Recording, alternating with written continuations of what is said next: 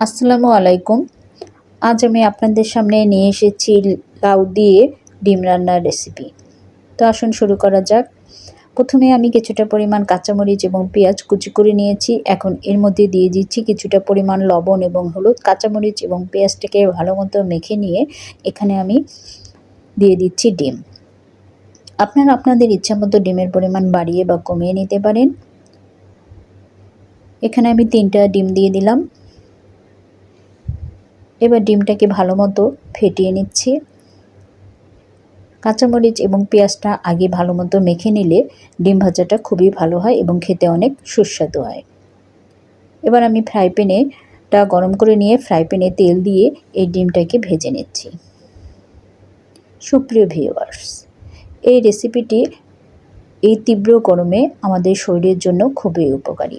লাউ দিয়ে এই ডিমের পাতলা তরকারিটি আপনার শরীরকে যেমন ঠান্ডা রাখবে, তেমনি এটা খেতেও অনেক সুস্বাদু। আশা রাখছি আপনারা রেসিপিটি অবশ্যই বাড়িতে ট্রাই করবেন। তো ইতিমধ্যে আমার ডিম প্রায় ভাজা শেষের দিকে হয়ে এসেছে। আমি ডিমগুলোকে তুলে নিচ্ছি।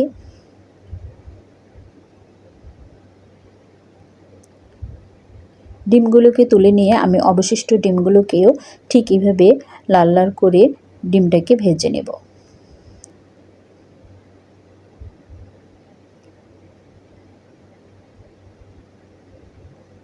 বাড়িতে যখন কোনো মাছ মাংস কোনো কিছুই থাকে না, তখন লাউ দিয়ে ডিমের এই তরকারিটা দিয়ে আপনার একবেলার খাবার সুনিপুণভাবে সম্পন্ন হয়ে যাবে এবং এটা খেতে এতই সুস্বাদু হয় যে আর কোনো রেসিপির দরকার হবে না, আশা রাখছি।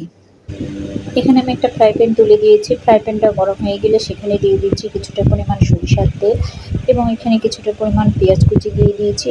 এখন কিছুটা পরিমাণ লবণ দিয়ে আমি এই পেঁয়াজটাকে লাল করে ভেজে নিচ্ছি। লবণটা দিয়ে দিচ্ছি যাতে আমার তেলগুলো ছিটকে না আসে। এখানে আমি কিছুটা পরিমাণ দিয়ে দিয়েছি পাঁচফোড়ন, হলুদের গুঁড়া, মরিচের গুঁড়া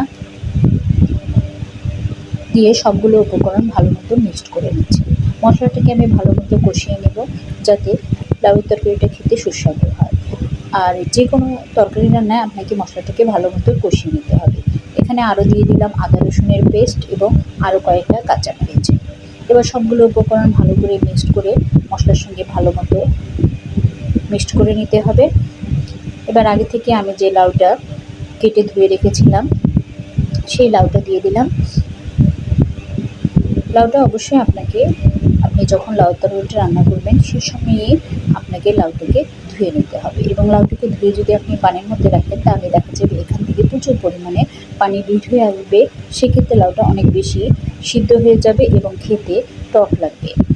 এজন্যই লাউয়ের তরকারি রান্নার সময় আপনাকে অবশ্যই খেয়াল রাখতে হবে যে সময় আপনি লাউটা রান্না করছেন সে সময় আপনি লাউটা ধুয়ে নেবেন এবং যদি পারে তাহলে লাউটাকে ধুয়ে অবশ্যই একটা ঢাকনার মধ্যে রেখে দেবেন, তাহলে লাউ থেকে যে পানিটা ছিল ধোয়ার সময় সেই পানিটা বের হয়ে যাবে।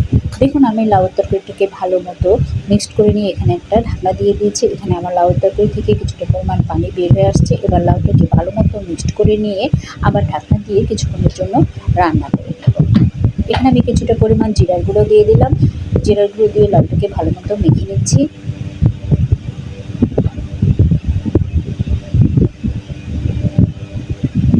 এবার এটাকে ঢাকনা দিয়ে আরও কিছুক্ষণের জন্য রান্না হতে দেব।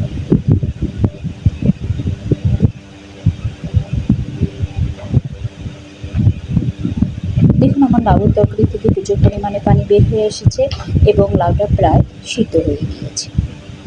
এ পর্যায়ে আমি লাউটাকে ভালো মতো নেড়েচেড়ে নিয়ে এখানে আগে থেকে যে ডিমগুলো ভেজে রেখেছিলাম সেই ডিমগুলো দিয়ে দিলাম। ডিমগুলোকে দিয়ে সবগুলো উপকরণ ভালো মতো মিক্সড করে নিতে হবে।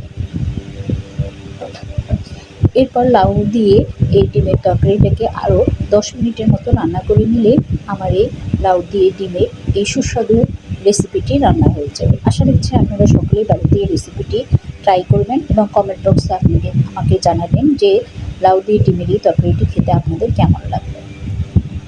আমি একটু লবণ দেখে নিচ্ছি। আমার তরকারিতে লবণের পরিমাণ কিছুটা কম হয়ে গিয়েছিল, তাই এখানে আমি কিছুটা পরিমাণ লবণ দিয়ে দিচ্ছি এবং দিয়ে দিয়েছি কিছুটা পরিমাণ ধনিয়া পাতা কুচি। ধনিয়ার পাতা কুচি দিলে লাউয়ের স্বাদটা আরও বেশি পরিমাণে বৃদ্ধি পায়। দেখুন ভিউয়ার্স, আমার লাউ দিয়ে ডিমের এই রান্নাটি হয়ে গিয়েছে এবং খেতে অনেক সুস্বাদু হয়েছে। সুপ্রিয় ভিউয়ার্স, রেসিপিটি ভালো লাগলে অবশ্যই চ্যানেলটি সাবস্ক্রাইব করবেন। তো পরবর্তীতে আসছে অন্য কোনো ভিডিও নিয়ে। সবাইকে অসংখ্য ধন্যবাদ।